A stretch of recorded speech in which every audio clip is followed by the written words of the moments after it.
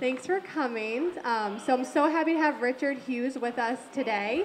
He is going to show us two short comedy films. They are silent films. He's going to be playing piano along with them. And he's going to show you some of the instruments they used to use to make these sounds. So I'm going to turn it over to Richard, and thank you for being here with us. Okay. All right. Well, thank you, Alicia, for that introduction. It's always nice to be introduced. And it is true. My name is Richard Hughes, and I call myself Richard and his silent movie traveling shows. And I travel around eastern Massachusetts, except today I decided to make an exception and come way out west. You've got rodeos and cowboys out here and everything, right? Oh, it's not that far west, is it? Well, today Today I'd like to tell you all a story. And it's rolled into how silent movies came to be. You know, they were popular until 1929 when soundies came in. But before that, they were silent. And if you went to the movie theater back then, you'd pay 5 cents, and you would read the intertitles because you couldn't hear the actors and the actresses talk. And also, at the movie theater, there would be a pianist, like myself, accompanying the films, or if you paid 10 cents to go to the larger movie theater in the urban areas, that you'd hear an organ accompany the films. And if you were lucky enough on a Friday night or a Saturday night, well, if your date paid for you, it would be 75 cents. But for that, you'd go into a movie theater, and like the Roxy movie theater, it had a seating capacity of about 6,100 people.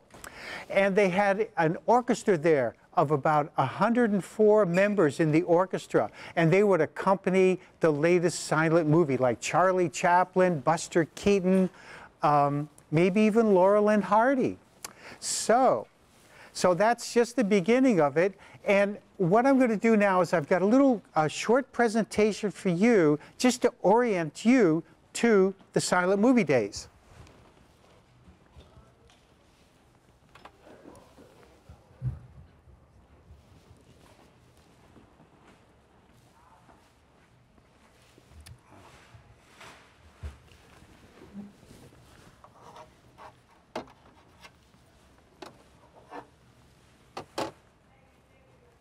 You know, by the 1920s, silent movies were a huge part of our culture, and over half the American population went to the movies at least once a week to watch things like newsreels,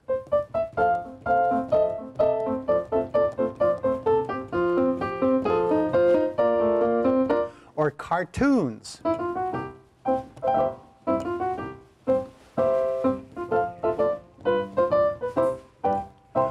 Educational films.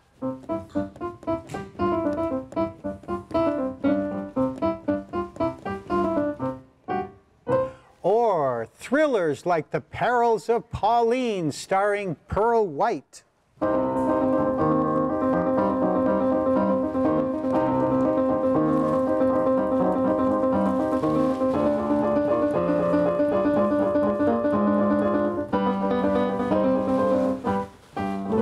Or comedy films.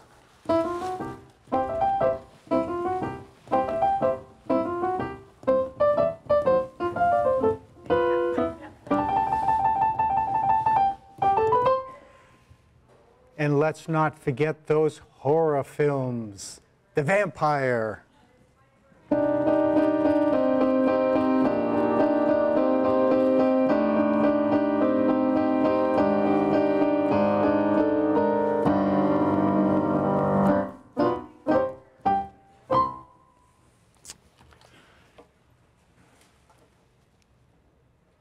Well, you know, kids, parents, and grandparents all went to the movies, and they got there by streetcar if they lived in the city, or by hitching up the horse and buggy if they lived out in the sticks.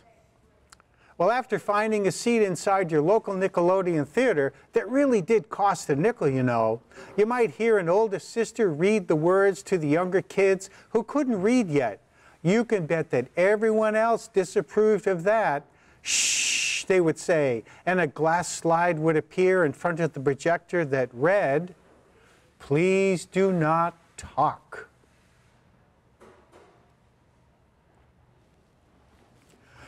Well, ladies and gentlemen, I would like to show everybody, whoops, she got ahead of me here.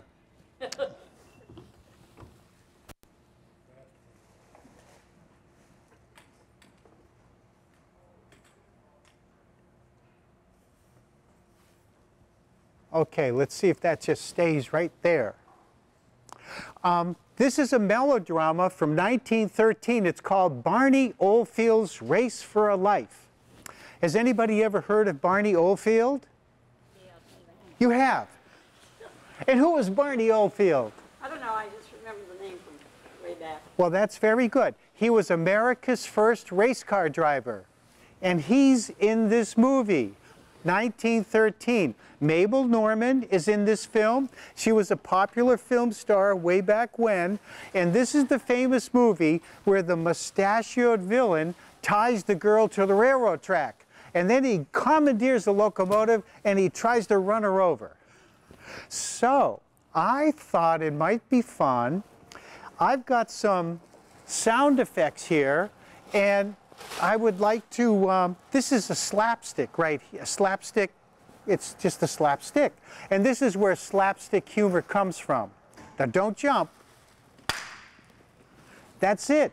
So in the vaudeville days, you know, when the comedian slipped on a banana peel, there would be somebody back then accentuating when he, you know, fell in his tush. So let's see, how can we use this? Oh, we're going to use this when the villain drives the stake in with his big sledgehammer.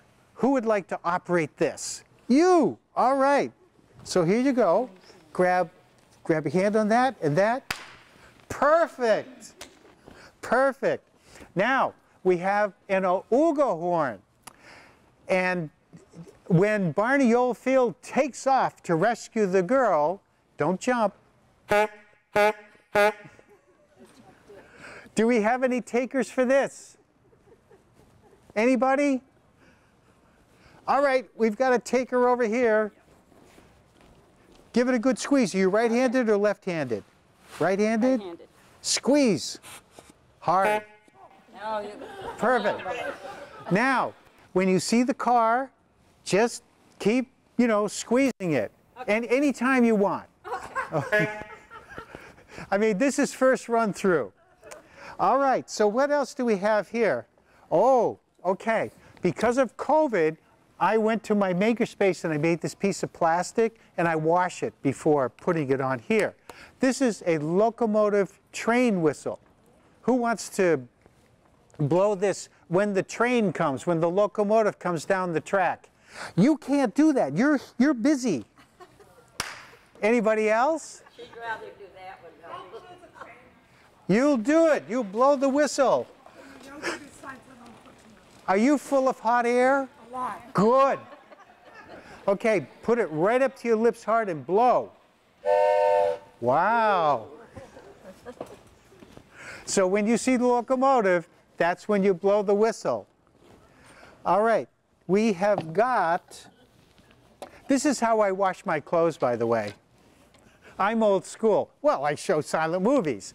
And this is a great sound of a locomotive. Here we go. All right, who wants to do this? Yay, come on.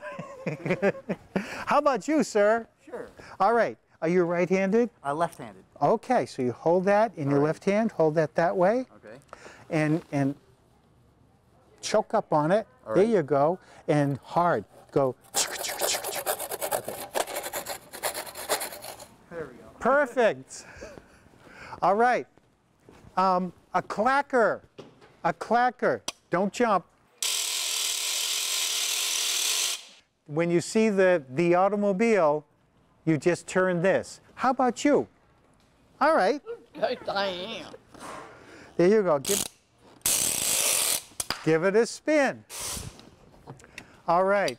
And you, ma'am, I saw you careening into the parking lot before, just as I was pulling in.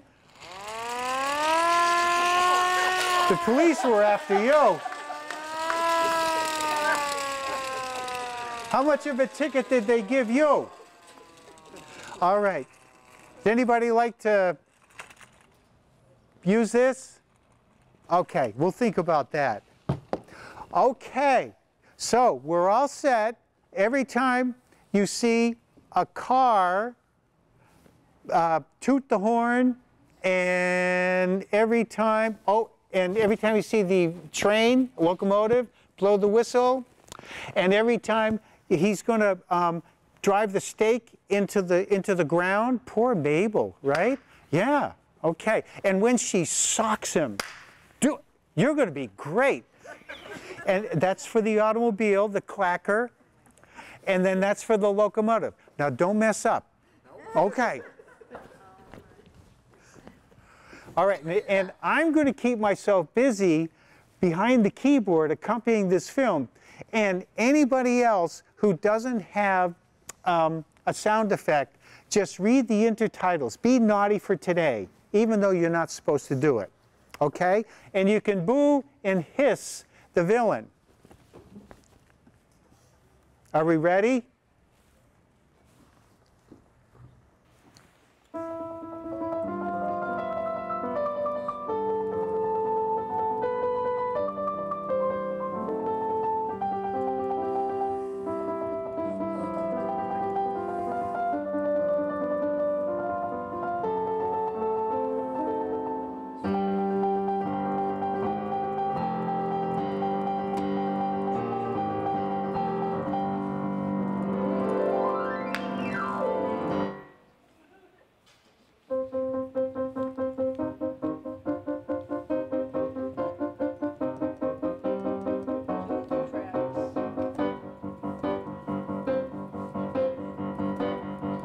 Okay.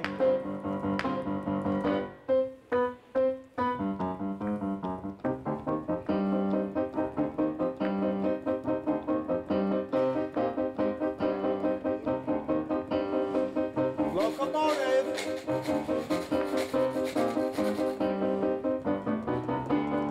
Car.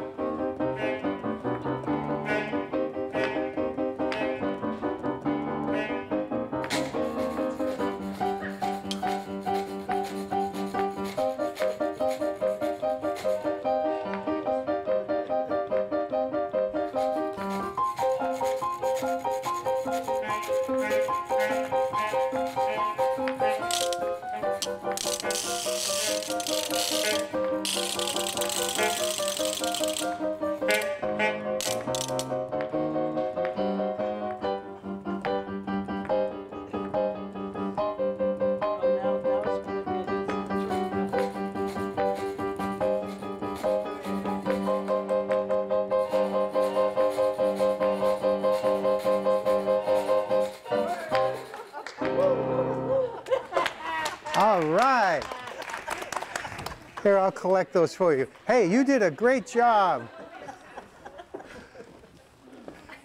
Thank you. Let me grab these. See, people had fun back then. Yes. Thanks. Yeah. I'm so glad I got the washboard back. Now I can wash my clothes tonight. I just wanted to, before we leave this, it was pretty interesting, pretty scary at the end there. You didn't know if they were all going to get mushed into mashed potatoes. What happened was the cameraman took the film footage of the locomotive coming down the track and then processed it and projected it from the back of the screen, and then the actors got in front of the screen and then he photographed them too. That's pretty smart, huh?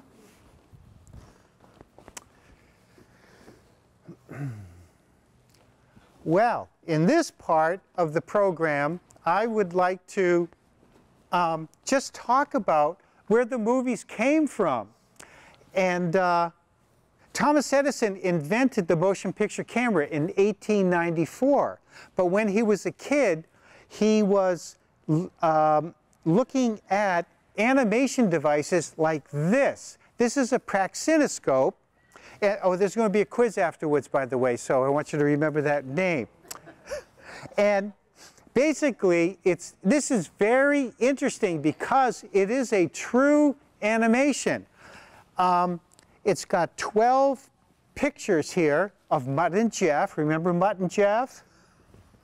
And it's got 12 mirrors. And as this turns, if you look in the mirror turns slow enough so your eye and brain can see the next picture. And if it moves quickly enough, it looks just like a motion picture. If you look at the pictures, it's all blurred, and your brain says, I can't handle this, I can't process it. This was quite amazing. 1879, Émile Renault, a Frenchman from Paris, invented this. Thomas Edison saw this and he said, oh, I can do better. Here we go. This is motorized, by the way. Can you see that? If you can't, come on up. So basically, you're seeing Mutt and Jeff dance around.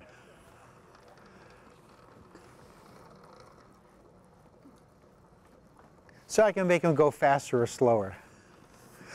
All right, so that is a praxinoscope. I made this at a makerspace in Worcester, Massachusetts during the pandemic because I wasn't doing programs. And then I decided, well, maybe some people would enjoy having one, maybe a little bit smaller than that one. So I made these size, I call them junior size ones, and they work the same way. You can see the cannonball coming out of the cannon. Yeah. So you know, these might be great kids gifts for the grandkids or whatever. And these are the kits right here. They've got instructions and spindles and everything. And one great thing, if your grandkids get a lot of glue on their fingers putting things together, this is a no glue kit. It goes together with O-rings. Okay. Sorry for bouncing all around. That's the original praxinoscope right there.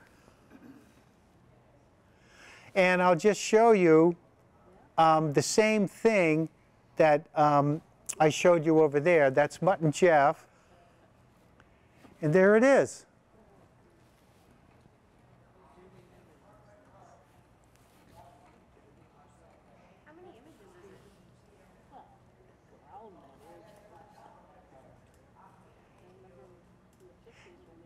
And this is,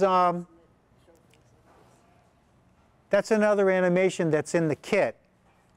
He's a little confused. He doesn't know if he's going forwards or backwards.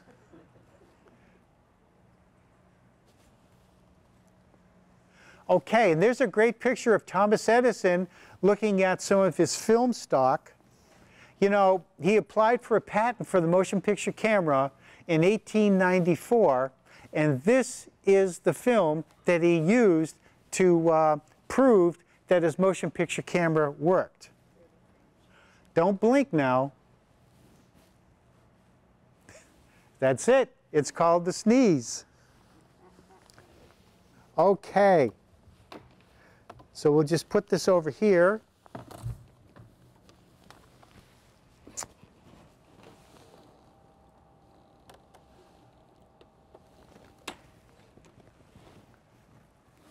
Okay.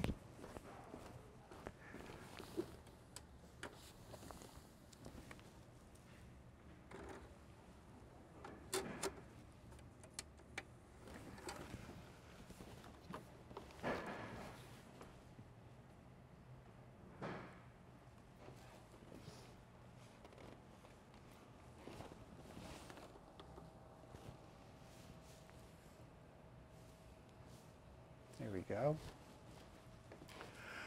So I've got a couple of short comedy films that, sorry about that, that I would like to show you. The first one is a Buster Keaton film. It's called 1 Week, and he's got 1 week to build a house. And Buster Keaton was very, very famous back then.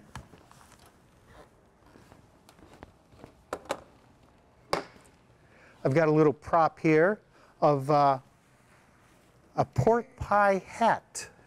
Buster Keaton invented this, and he took a fedora and he kind of reworked it in a few ways, and then he took some scissors to the brim and he cut it, and he ended up with this. And then he decided that it always fell off, so he had to tie it to his head with a piece of string. I guess like a cowboy hat, you know. I remember when I was a kid, I had cowboy hats and I had a string too. So that's Buster Keaton's hat, and he was probably the best at sight gags, absolutely. So let me just cue up the film.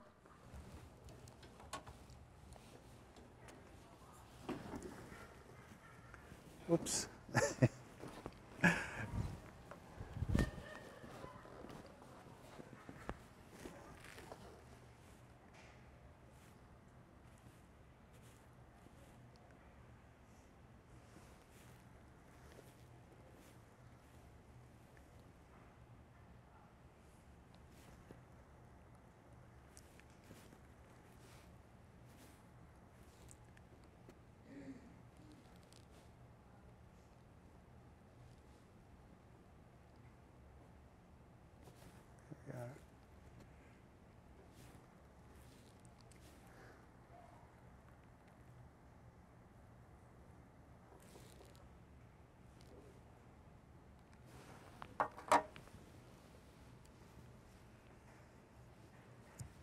I'm sure that you saw some Chinese letters on the screen. That's just a testament to the Chinese people finding out about American silent films, and they love it over there. So these DVDs were boxed up, and now the Chinese can read them if they want to and enjoy them.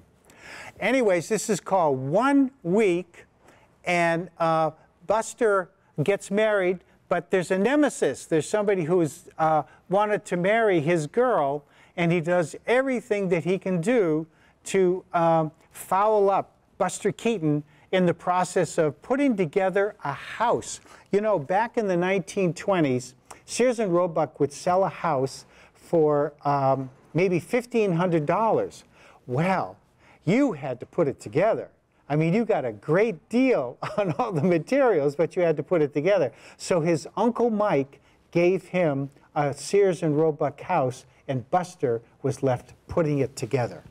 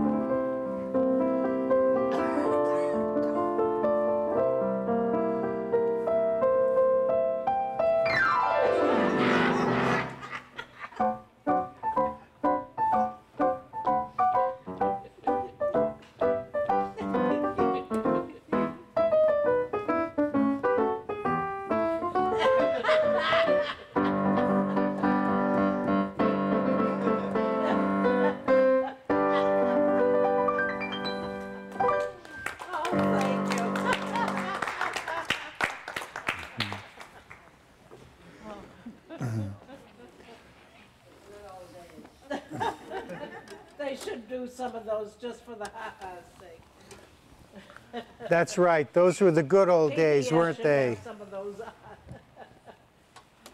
on. Okay, so that was Buster Keaton. That was a great example of what Buster Keaton was all about. You know, he was born into an acrobatic family. And he was Joseph Keaton Jr. That's what his father named him. But when he was 6 months old, he fell down a flight of stairs, and Houdini was there. He was part of the roadshow too. And he ran down and he picked him up and he said, "Boy, that's some Buster he took." And that's how he got the name of Buster Keaton. And you know, I think he did some permanent damage to his brain, because he was very, very unusual, very entertaining. Well, next up is Laurel and Hardy. Remember Fatty and Skinny? Yeah. So I thought I would show a Laurel and Hardy movie. It's called Big Business. And it's for all of you people who maybe want to go into business. You might want to get a pencil and some paper and jot down some notes, but maybe not. It's Laurel and Hardy. And basically, they're going to sell Christmas trees. I know I'm a little bit early, but it's coming around. They're going to sell Christmas trees door to door. And all they managed to do is upset all the homeowners. So let's watch this.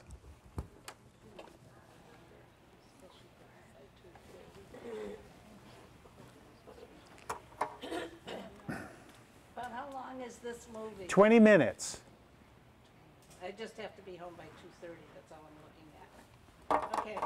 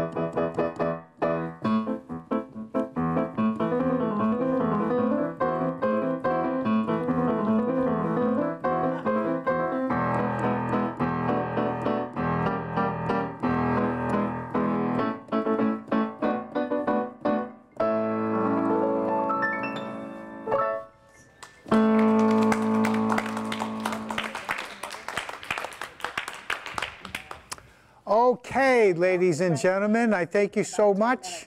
That is the program for today.